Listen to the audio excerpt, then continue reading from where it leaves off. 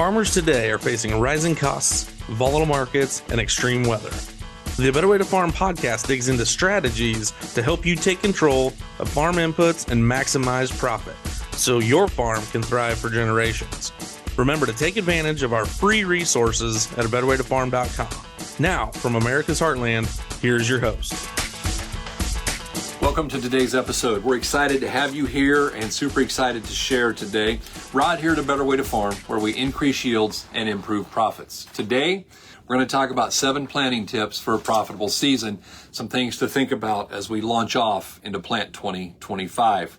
Here at A Better Way to Farm, we've been rolling this around and coming up with ways saying, what can we do to make things better, and even here on our own farm. Tip number 1, we want to plant by the conditions, not by the calendar. Forget the date. I've seen people plant corn. As a matter of fact, I think it was 2 years ago here, everybody that planted between April 10th and April 23rd, that was good. Anything planted on the 24th and the 25th was terrible. And then if you'd waited till around the 27th or 28th, it got good again. Why? Because sometimes we need to make sure, not sometimes, we should always make sure we're coming into a warm-up period, not a cool down and rain period. And so what do we want to do? We want to watch the soil. We want to look at the moisture, we want to look at the temperature, and we want to look at the soil structure.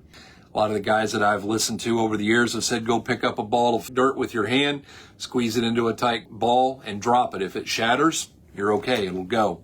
And so as we do that, here's what we know. We know that the seed does not care what the date is. Absolutely only responds to the environment that it's placed in. Tip number 2, do it right the first time.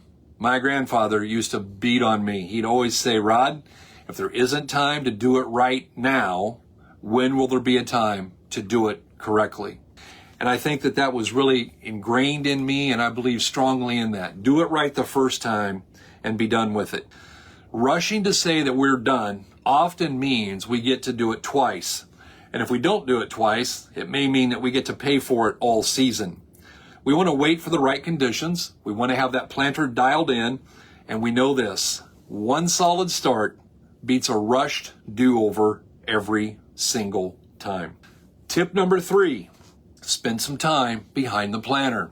In my reading, I ran across something called the S.E.E.D method. It stands for stop, examine, evaluate, and dig.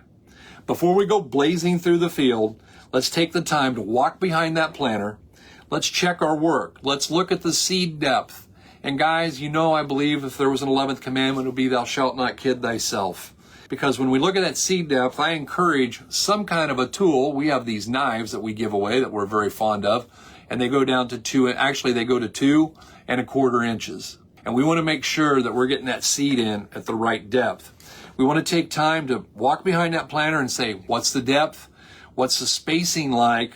What is the trench quality? And have we managed the residue? Because residue management is something that either we will get right or we will pay for all season long. Do we have those trash whippers set appropriately? Are they digging a trench on their own? Are they not getting rid of all of the residue? Do we need to take the time to adjust those and do something different? And as you guys well know, it can vary on field-to-field basis. Bottom line is, guys, what we see is what we get, and what we don't check is going to cost us money for the entire growing season. Number 4, we know that a poor planter prep punishes profits. Say that 5 times really fast. Poor planter prep punishes profits. Sloppy setups steal yield. The fact of the matter is, if we have skips, if we have shallow seed, if we have sidewall compaction, or all of these can come from rushing or skipping calibration, we want to take time to check those meters. We want to check those closing wheels. We want to check on our downforce, and we definitely want to check on the depth. Precision now will prevent problems later. Number 5, and I love this title. We want to plant between the crazies and the lazies. Okay? What do we mean? Well, the fact of the matter is we want to start after that first guy. I know that I was talking to a friend of mine in Minnesota, and there's some guys up there that already have in several hundred acres of soybeans. And need I remind you, they actually planted those in the month of March. Number 1, I think there's a small chance that probably federal crop is not going to say that's a good idea, and they're not going to cover a replant. And number 2, I just think that it's fun to play around and it's fun to get the neighbors to talk, but it's mostly fun to make a big profit. If I want to experiment and try something really early and see what it does, that's cool. I love that. However, if I'm wanting to make sure that I'm doing it correctly, I really got to go back and not be jumping the gun. I don't want to be one of the crazies. I don't want to be last. I don't want to be one of the lazies either. We all know the guy who's getting his planner out and starting to work on it on the 15th day of May when everyone else is already done. Again, not what we want to do, but the fact of the matter is, guys, we want to get in there when the time is right. If we start after that first guy and we don't wait until we get to the coffee shop crew saying, hey, by chance, did you retire? Then we're probably being a little bit smarter. We want to be timely.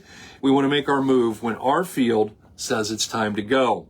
Number 6, flag, test, our emergence. Every day is back in school. I know some of us profess that we hated school, but guys, school really started after we graduated. They really shouldn't. It's not so much graduation as is commencement, because what commences is the rest of our life. What commences is our learning. And hopefully we're learning every single day. And part of that is doing the flag test. If we're not flag testing, we're just hoping. When we use that flag test to measure emergence timing and stand uniformity, it is the best way to catch issues, to diagnose problems, and to improve season after season. When we're planning in 25, we are learning for 26. And we want to make sure that we're doing everything we can to have every year be as successful as humanly possible. Hey, and by the way, here's a little tip. Karen said if you would like the secret sauce for a better emergence, text the word AMP, A-M-P, AMP, to 641-919-5570. That's AMP to 641-919-5570. And number 7, which is so applicable in so many parts of our life, slow down to speed up. Number 1, shortcuts are always long cuts. Plain and simple. Number 2, going real fast oftentimes is the slowest way to get something done. And the fact of the matter is, planning really fast, we may win the race. We may get done first time. Shoot, we might even get done the second time first. But in the long run, it loses. It loses us money in the replanting. You say, well, they'll give me the seed. The wear and tear on the planter ain't free. The fuel ain't free. The wear and tear on the tractor ain't free. And the fact of the matter is, what we want to do is do it right the first time. And that involves slowing down to speed up. We know that too much speed causes skips. We know that it can cause poor spacing. And we know that too much speed will get uneven depth. When we were hanging out with Francis and watching him plant and being involved in doing those things, it was always cool to see. But Francis said that he couldn't start planting corn until 10 in the morning. This was tongue in cheek. And the reason was that he wasn't allowed to drink a Pepsi before 10.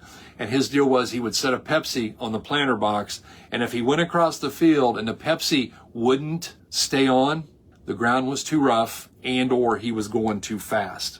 Guys, these are sins of the planter that we'll never fix later. Poor spacing, skips, uneven depth, we're going to pay for those all year long. And there's no going back and fixing it shy of a replant. The bottom line is, take our time.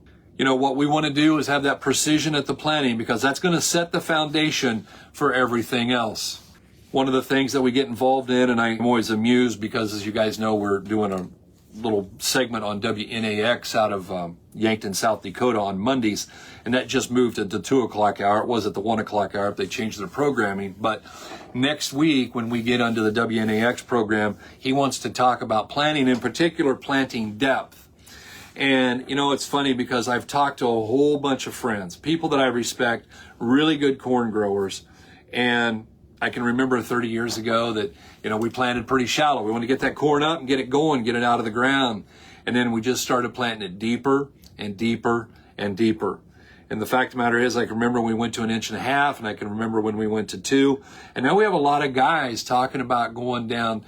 Most of the guys that I tend to follow believe about 2.25 on corn is the right thing. That we want to get down in there between 2 and 2.5 inches. And if we don't, if we plant our corn shallow, yeah, it's cool because it comes out of the ground a lot faster. But the fact of the matter is, we're very prone to having corn that won't stand up. We get poor roots when we don't plant deep enough. And so one of those things is we really want to take that depth gauge and we're looking for that magic 2-inch number and maybe even the 2 1/4 to try and get that done, get down there where we need to get it. We also want to talk about soybeans. And the most common thing I get there when I have people say, hey, what do you think about soybeans? Well, everyone that I talk to would agree, plant to moisture. You know, with that soybean, and it doesn't mean like the moisture's at 1 inch, so I'm planting at 1 inch. If it starts at 1 inch, then we're probably going to go 1 1/4 to 1.5 inches because we want that bean in moisture. The worst thing in the world is it starts to sprout and then doesn't finish because it gets dry. And so typically in a perfect world, most of the guys I talk to, the ones that I follow, would say about 1.5 inches on soybeans, but we want to make sure we're planting into moisture. Guys, it's just 7 tips, 7 things for you to think about. We appreciate you tuning in. Hopefully there's one thing here that you can say, hey, I'm going to implement that. I'm going to make a little bit of difference and I'm going to have a little bit more yield in the fall because I did the right thing. As you guys well know, it's never wrong to do the right thing. We appreciate you tuning in and being a part of our program. If you find value in what we do, share us with a friend. We would deeply appreciate that. Guys, we just want to say thank you. I want you to have a safe spring, a super successful 2025. And as always, we hope you're having a better day.